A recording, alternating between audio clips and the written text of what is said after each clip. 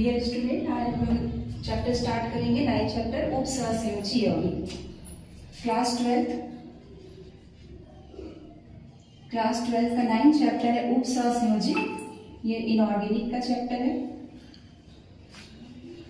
चलिए, तो उपसहसंयोजी यौगिक किसे कहते हैं? वे यौगिक जिसमें उपसहसंयोजी बंध पाया जाता है। कौन सा बंध पाया जाएगा? उपसहसंयोजी बंध।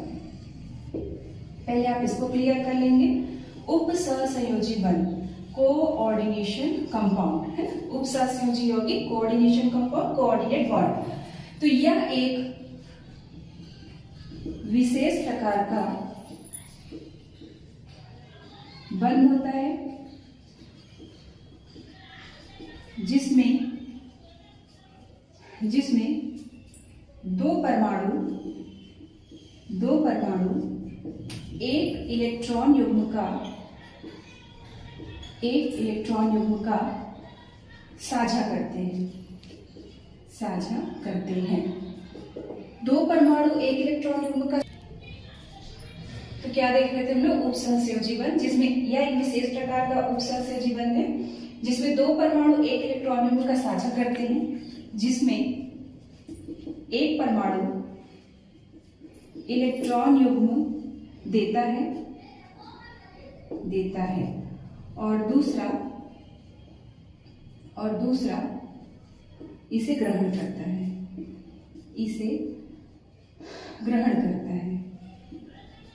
इसे दाताग्राही बंध भी कहेंगे, दिशात्मक बंध भी कहेंगे, डेटिव बॉन्ड भी कहेंगे। इसे एरो के चिन्ह से दर्शाएंगे, जो दाता से किधर की ओर होगा? जो दाता से ग्राही की ओर होगा। उपसहसंयोजी बंध को इस चिन्ह से दर्शाते हैं, इसलिए इसे दिशात्मक बंध बोलते हैं, जो दाता से ग्राही की ओर होगा। तो हमने कल एक एग्जाम्पल देखा था HNO2, HNO3 या कुछ भी ले लीजिए। कल हमने HNO2 का एग्जाम्पल दिया था, नाइट्रस एसिड का। आज नाइट्रिक एसिड में हम लोग देखते हैं कि उपसहसंयोजी बंध बनता है कि नहीं। तो परमाणु लेंगे, इसमें दो परमाणु, ये अणु हो गया, ऑक्सीजन O3 है यहाँ पर, तो ऑक्सीजन अणु है, हाइड्रोजन और नाइट्रोजन यहाँ पर परमाणु है। देखेंगे अब शेयरिंग कैसे करेगा। तो नाइट्रोजन का एटॉमिक नंबर 7, इलेक्ट्रॉनिक विन्यास होगा 2 और 5, ऑक्सीजन का एटॉमिक नंबर 8, 2 और 6, हाइड्रोजन का एटॉमिक नंबर होगा 1। नाइट्रोजन को बीच में रखेंगे। शेयरिंग कैसे कराएंगे? अब ऑक्सीजन हमारे पास कितना है? 3 है, तो ये होगा 1 2 3 4 और ये हो जाएगा 5। यहाँ पर आप एक ऑक्सीजन रखेंगे। अब शेयरिंग कराएंगे 1 2 3 4 5 एंड 6। यहाँ पर एक हाइड्रोजन होगा, हाइड्रोजन ऑक्सीजन से एक इलेक्ट्रॉन की शेयरिंग करेगा और यहाँ पर ये ऑक्सीजन जो रहेगा एक इलेक्ट्रॉन हाइड्रोजन से और एक इलेक्ट्रॉन नाइट्रोजन से शेयरिंग करेगा। यहाँ पर एक ऑक्सीजन होगा 1 2 3 4 5 6, ये से शेयरिंग करेगा। अब आप देखिए नाइट्रोजन का अष्टक पूर्ण हुआ है कि नहीं। तो नाइट्रोजन का अष्टक यहाँ पर क्या हो गया है? पूर्ण हो गया है। 1 2 3 4 5 6 7 8। ये इसके बीच में बना है सहसंयोजी बंध, इसके बीच में बना है सहसंयोजी बंध, क्योंकि इलेक्ट्रॉन की क्या कर रहे हैं? शेयरिंग कर रहे हैं। अब आप देखिए यहाँ पर एक ऑक्सीजन यहाँ पर बचा हुआ है और ऑक्सीजन का अष्टक कंप्लीट नहीं हुआ है, लेकिन नाइट्रोजन का अष्टक क्या हुआ है? कंप्लीट हो गया है। तो यहाँ पर ये ऑक्सीजन क्या करेगा? अपने इलेक्ट्रॉन को नाइट्रोजन के साथ शेयरिंग नहीं करेगा, लेकिन इस इलेक्ट्रॉन युग्म का शेयरिंग दोनों एटम क्या करेंगे। तो यहाँ पर आप देख रहे हैं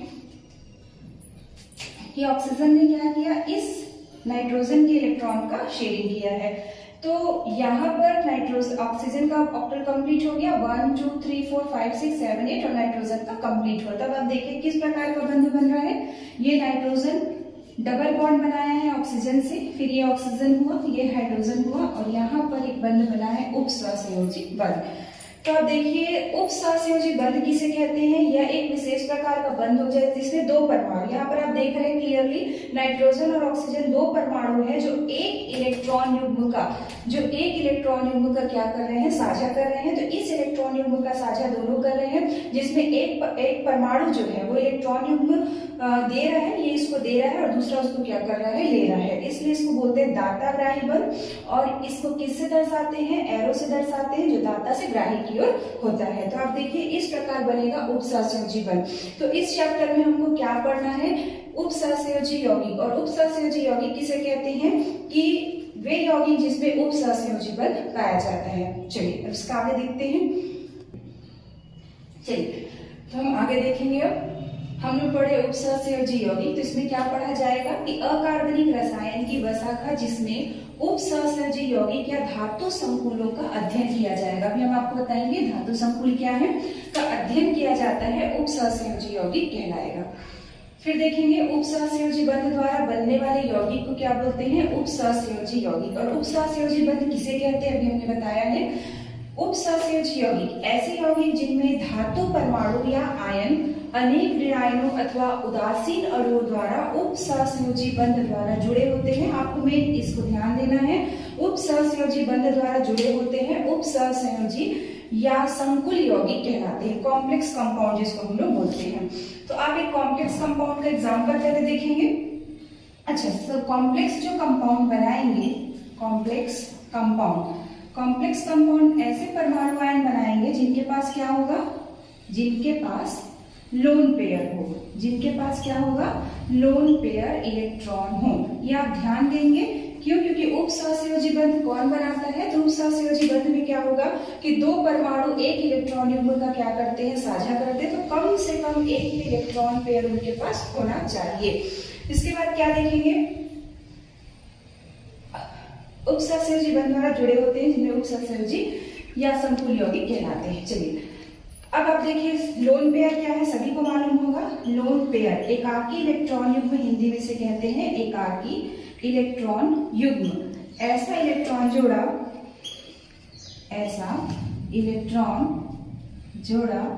जो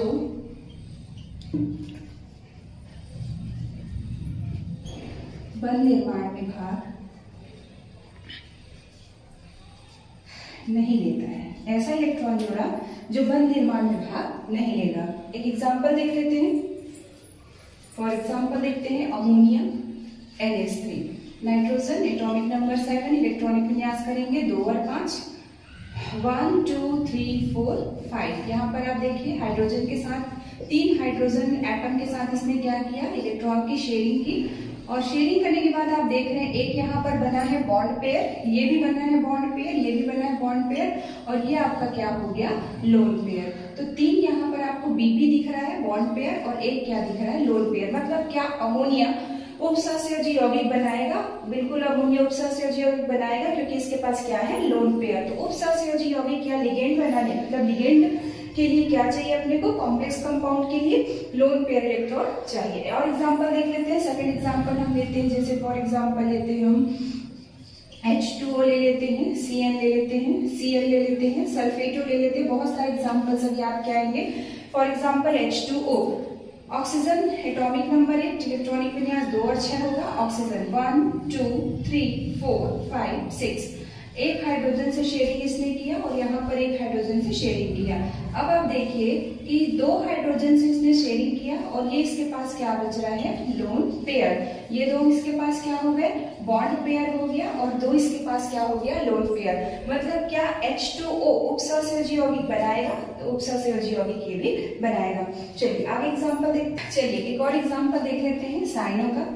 साइनो -1 चार्जिंग, यहाँ पे कार्बन और नाइट्रोजन है। इलेक्ट्रॉन की शेयरिंग कैसी होगी, कार्बन के एटॉमिक नंबर होगा 6, इलेक्ट्रॉनिक विन्यास होगा 2 और 4, नाइट्रोजन के एटॉमिक नंबर 7, इलेक्ट्रॉनिक विन्यास होगा 2 और 5। इसको अष्टक पूर्ण करने के लिए 4 इलेक्ट्रॉन चाहिए। कार्बन के एटॉमिक नंबर 6, इलेक्ट्रॉनिक विन्यास 2 और 4, नाइट्रोजन का 7, ये होगा 2 और 5। अष्टक पूर्ण करने के लिए 3 इलेक्ट्रॉन चाहिए, अष्टक पूर्ण करने के लिए 4 इलेक्ट्रॉन चाहिए। जितने इलेक्ट्रॉन की शेयरिंग करेंगे उस इलेक्ट्रॉन को हम लोग आमने सामने रखेंगे। अब आप देखिए कि दोनों के दोनों एटम हैं, अब कैसे इलेक्ट्रॉन की हम यहाँ पर शेयरिंग कराएंगे। तो सिंपल सी बात है, इस कंडीशन में जिसकी ऋण विद्युता अधिक हो, ऋण विद्युता मतलब जो जल्दी से इलेक्ट्रॉन को अपनी ओर क्या करेगा, आकर्षित करेगा और अपने अष्टक को पूर्ण करेगा, वो क्या करेगा, इलेक्ट्रॉन की शेयरिंग करेगा। तो यहाँ पर 5 है तो आप कैसे लिखेंगे, 1 2 3 4 5, और यहाँ पर 4 है तो आप लिखेंगे इसको अष्टक पूर्ण करने के लिए कितना चाहिए, 3 इलेक्ट्रॉन, तो ये हो जाएगा 1 2 3 4। ये इसने शेयरिंग की, ये इसने शेयरिंग की। अब आप देखिए यहाँ पर ये क्या है, लोन पेयर। आप यहाँ पे इसको आप लोन पेयर नहीं बोल सकते, ये सिंगल इलेक्ट्रॉन है, पेयर में नहीं है। लेकिन नाइट्रोजन के पास क्या है, लोन पेयर, तो नाइट्रोजन यहाँ पर दाता बन सकता है। ठीक है, चलिए अब एक एग्जांपल देख लेते हैं उपसहसंयोजी यौगिक या धातु संकुल का, कॉम्प्लेक्स कंपाउंड का। फिर हम इसको एक्सप्लेन करेंगे कि बनता कैसे है। कॉम्प्लेक्स कंपाउंड संकुल यौगिक, फॉर एग्जाम्पल होगा K4FeCN6, या आप इसे ऐसे भी लिख सकते हैं FeCN6 4- चार्जिंग। अब आप देखिए यहाँ पर ये जो बना हुआ है कि किसके पास लोन पेयर है, तो हमने अभी बताया नाइट्रोजन के पास क्या है, लोन पेयर है। नाइट्रोजन अपने लोन पेयर को किसको देगा, इस धातु आयन को देगा या धातु परमाणु को देगा, और कौन सा बंध बनाया है, चूंकि ये दे रहा है तो ये कौन सा बंध बनाएगा, उपसहसंयोजी बंध, इसको बोलेंगे उपसहसंयोजी यौगिक। अब हम देखते हैं टाइप ऑफ सॉल्ट कितने प्रकार का होगा।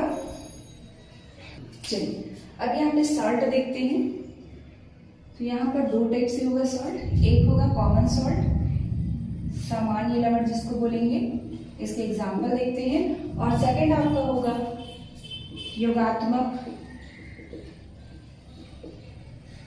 आणविक लवण, योगात्मक या आप इसको योग से भी बोल सकते हैं।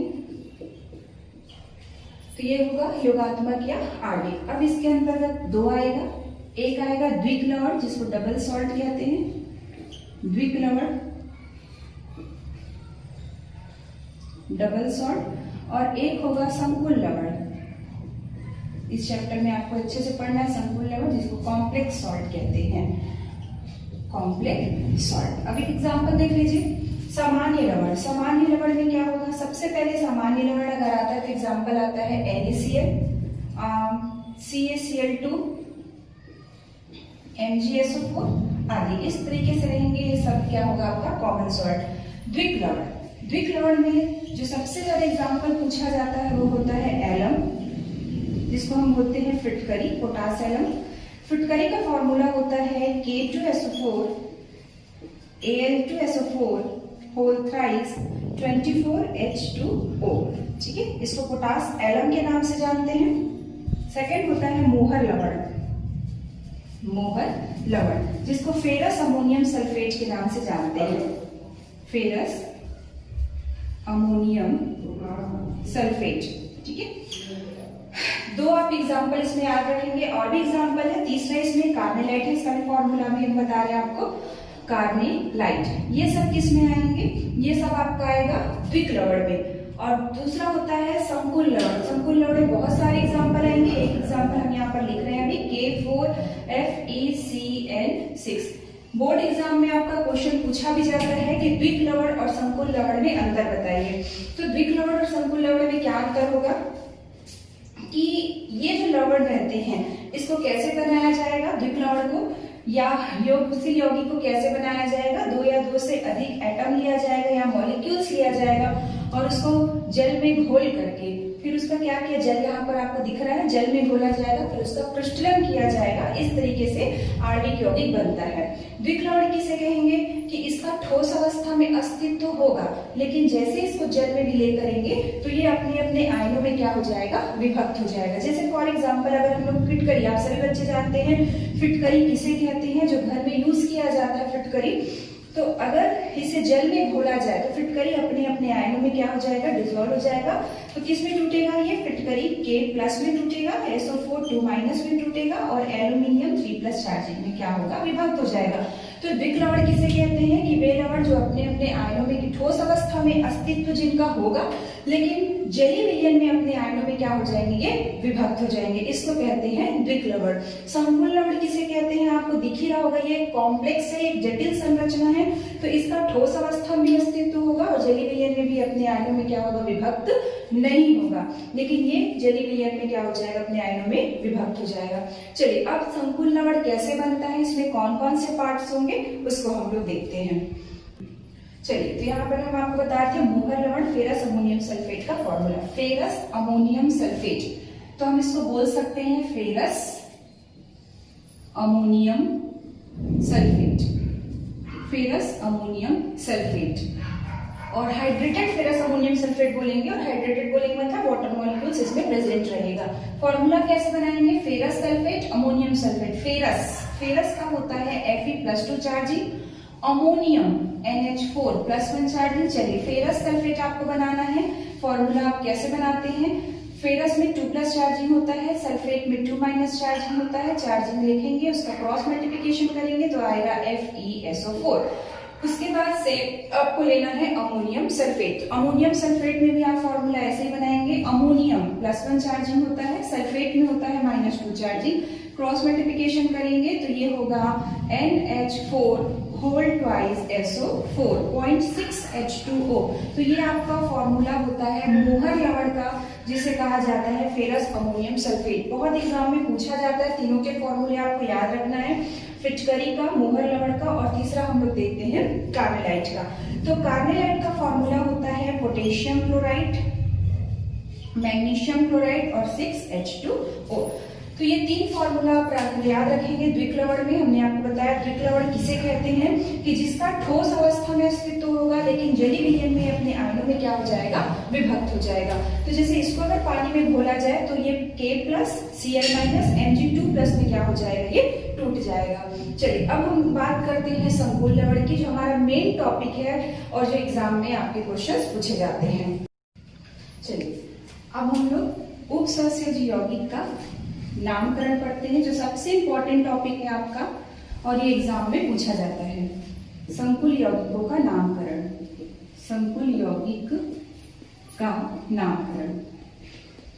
उपसहसयोजी बोलिए या संकुल यौगिक बोलिए, कॉम्प्लेक्स कंपाउंड। तो कॉम्प्लेक्स कंपाउंड में आप 3 पार्ट देखेंगे। पहले होगा आयन, जैसे एग्जांपल लेते हैं K4 FeCN6, ठीक है। यहां पर हम लेते हैं आयन, बड़ा कोष्टक रहेगा, बड़ा ब्रैकेट रहेगा, इसके बड़े ब्रैकेट के बाहर जो लिखा होगा वो होगा आयन। अगर ये लेफ्ट साइड लिखा होगा तो ये पॉजिटिव आयन होगा, अगर ये राइट साइड लिखा होगा तो फिर ये निगेटिव आयन होगा। यहाँ पर जो आपको दिख रहा है ये होता है CMI बोलिए या CMA बोलिए, ये होगा सेंट्रल मेटल आयन या सेंट्रल मेटल एटम।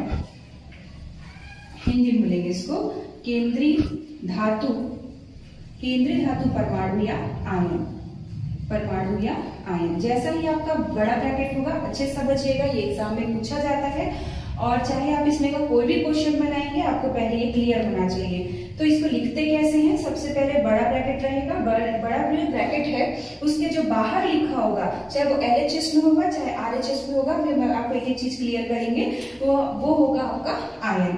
जैसा ही आपका ब्रैकेट स्टार्ट हुआ है, ब्रैकेट स्टार्ट होने के बाद जो भी लिखा होगा वो आपका होगा CMI बोलिए या CMA बोलिए, सेंट्रल मेटल एटम या सेंट्रल मेटल आयन। इसके बाद आपका होता है लिगेंड। लिगेंड 1 भी हो सकता है, लिगेंड 2 भी हो सकता है, ऐसे ब्रैकेट में भी हो सकता है। अब इसमें क्या डिफरेंस है देखेंगे आप, है ना। ये चीज याद रखेंगे कि यहाँ पर अब इस एग्जांपल में देखिए ये क्या है, पोटेशियम यहाँ पर आयन है, CMI है, ये सेंट्रल मेटल आयन है, और ये क्या है, ये आपका है लिगेंड। लिगेंड किसे कहते हैं अभी हम बता रहे हैं, लिगेंड क्या चीज होता है। लिगेंड ऐसा अणु या परमाणु या आयन होता है जिसके पास क्या रहेगा, लोन पेयर रहेगा, और ये अपने लोन पेयर को केंद्रीय धातु परमाणु को क्या करेगा, देगा और उपसहसंयोजी बंध बताएगा।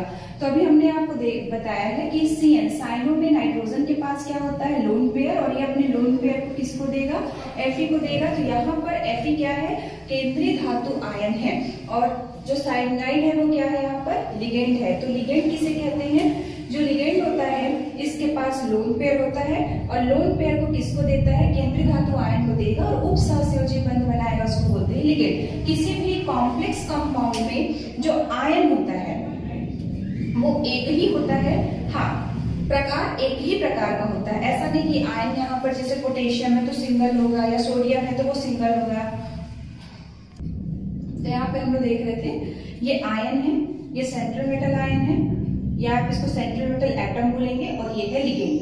लिगेंड किसे कहते हैं, जिसके पास क्या होगा, लोन पेयर ऑफ इलेक्ट्रॉन होगा, और अपने लोन पेयर को किसको देगा, सेंट्रल मेटल एटम को देगा या आयन जिसको बोलिए आप, और क्या बनाएगा, कोऑर्डिनेट बॉन्ड बनाएगा, उपसहसंयोजी बंध। अब इसका डिटेल देखते हैं कि इसका नामकरण हम लोग कैसे करेंगे। तो जो आयन होगा, आयन होगा ये बड़े कोष्टक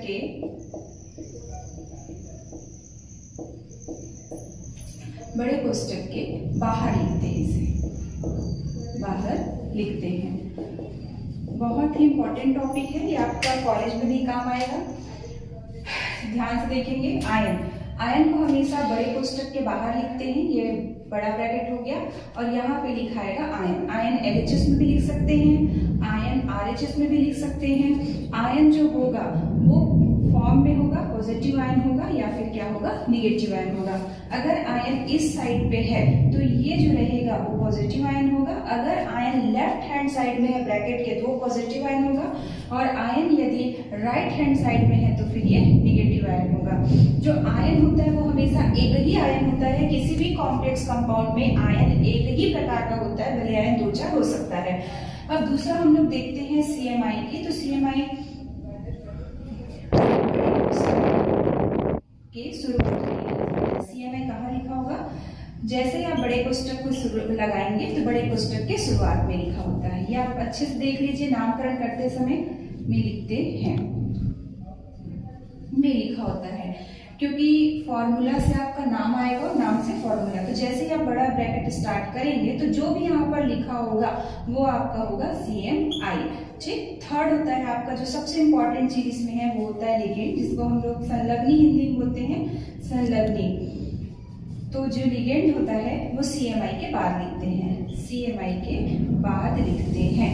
तो किसी भी कॉम्प्लेक्स कंपाउंड में 1, 2 या अधिक भी क्या हो सकता है, लिगेंड हो सकता है, CMI के बाद लिखते हैं। तो यहाँ पर ये आयन हो गया, यहाँ पर ये CMI हो गया, यहाँ लिगेंड हो गया, लिगेंड 1, लिगेंड 2, लिगेंड 3, मतलब एक से अधिक, एक या एक से अधिक लिगेंड यहाँ पर हो सकते हैं। एक चीज इसमें आप देखेंगे, अगर ये ऐसा लिखा होता है, ये आयन है, ये बड़ा ब्रैकेट है, यहाँ पर CMI है, कभी कभी हम लिगेंड को ब्रैकेट में लिखते हैं, कभी कभी हम लिगेंड को ब्रैकेट में लिखते हैं, और कभी कभी हम लिगेंड को विदाउट ब्रैकेट के लिखते हैं। तो यहाँ पे आपको कंफ्यूज नहीं होना है, ये हम क्लियर करेंगे कि कब इसको ब्रैकेट में लिखेंगे और कब इसको ब्रैकेट में नहीं लिखेंगे। चलिए अब इसमें नामकरण को देख लेते हैं। तो आप ध्यान रखिएगा, इसमें जब आप कॉम्प्लेक्स कंपाउंड का नामकरण करेंगे तो आयन आप पहचानेंगे। आयन आप कैसे पहचानेंगे, जैसे ही आपका ब्रैकेट होगा, ब्रैकेट के जो बाहर लिखा होता है वो आयन होता है। अगर लेफ्ट हैंड साइड है तो पॉजिटिव आयन होगा, और राइट हैंड साइड है तो निगेटिव आयन होगा। फिर CMI बड़े कोष्टक के शुरुआत में लिखा जाता है। जैसे ही आप ब्रैकेट स्टार्ट करेंगे तो जो यहाँ पर आपको मिलेगा, और हमेशा ये लेफ्ट हैंड साइड में लिखा होगा, ये नहीं कि यहाँ पर आप बोले कि यहाँ पर CMI होगा, तो ये CMI होगा। और तीसरा आप जिसमें जो चीज इंपॉर्टेंट है वो होता है लिगेंड। तो CMI के बाद जो लिखते हैं वो लिगेंड, लिगेंड एक या एक से अधिक हो सकता है। लिगेंड किसे कहते हैं, जिसके पास क्या होगा, जिसके पास लोन पेयर ऑफ इलेक्ट्रॉन होगा, जिसके पास ऐसा धातु आयन परमाणु या अणु, ऐसा अणु परमाणु या आयन, लिगेंड, ऐसा अणु परमाणु या आयन जिनके पास क्या होता है, जिनके पास लोन पेयर इलेक्ट्रॉन होता है, और अपने लोन पेयर इलेक्ट्रॉन को CMI को देकर उप सहसंयोजी बंध बनाते हैं, उप सहसंयोजी बंध बनाते हैं। इसे क्या कहते हैं, बनाते हैं, इसे हम लोग कहते हैं लिगेंड। क्या कहते हैं, लिगेंड। ये आप अच्छे से क्लियर हो गया। अब इसका हम लोग लिगेंड कितने प्रकार का होता है, आयन कौन कौन से होते हैं, CMI क्या है, इसके बारे में जान लेते हैं। तो यहाँ पर अभी हम आपको बताएंगे कि जो लिगेंड होते हैं वो 3 प्रकार के होते हैं। लिगेंड के प्रकार, पॉजिटिव लिगेंड होता है, निगेटिव लिगेंड होता है, न्यूट्रल लिगेंड होता है। लिगेंड 3 प्रकार का होगा, ऋणात्मक लिगेंड,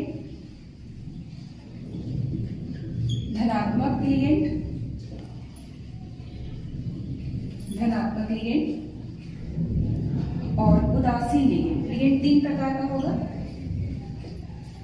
निगेटिव, पॉजिटिव और न्यूट्रल। अब एक एक एग्जांपल देख लेते हैं इसमें हम लोग। जैसे फॉर एग्जांपल ये हो गया साइनो, कार्बोनेटो, अभी हम सबका आपको नाम लिखा देंगे, कार्बोनेटो, सल्फेटो, आदि। यहाँ पर पॉजिटिव में जैसे हम लोग देख लिए, नाइट्रोनियम हो गया, हाइड्रोजीन हो गया, हाइड्रोजीनियम।